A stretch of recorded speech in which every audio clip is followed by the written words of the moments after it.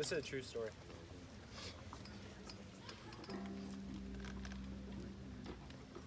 They're all true stories, but this one just happened to me. I never felt so French as when I was in a gas station in Joplin, Arkansas, looking for a state park somewhere up north of there. We'd seen it in one of those magazines we picked up along the way and wanted to get there before the day was done. On the front door, there was a sign saying, "Guns welcome here," and if we thought that was a joke, to just try it. Now, I think I knew what they meant, so I came in smiling and walked right up to the lady working the register. "Excuse me," I said, "can you tell me how to get to Petit Jean State Park?" She looked at me kind of funny and crooked her neck like a cat in a tree trying to hear something far off. "What'd you say?" Can you tell me how to get to Petit Jean State Park?" Still nothing. So I tried again. "Petit Jean, you know, Little John State Park." She took out a list of things to do around the lake and offered it to me. I told her no. This is a state park north of here. And all of a sudden it became clear to her.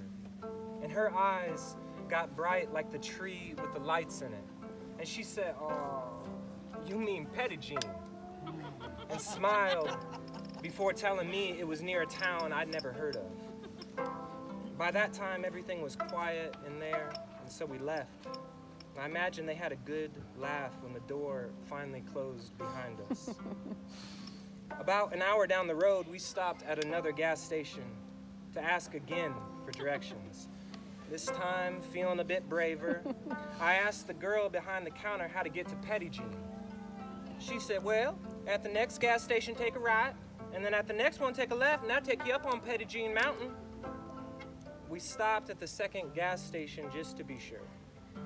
And a man about my age came up to us and asked if we needed directions. We told him we did and showed him the map.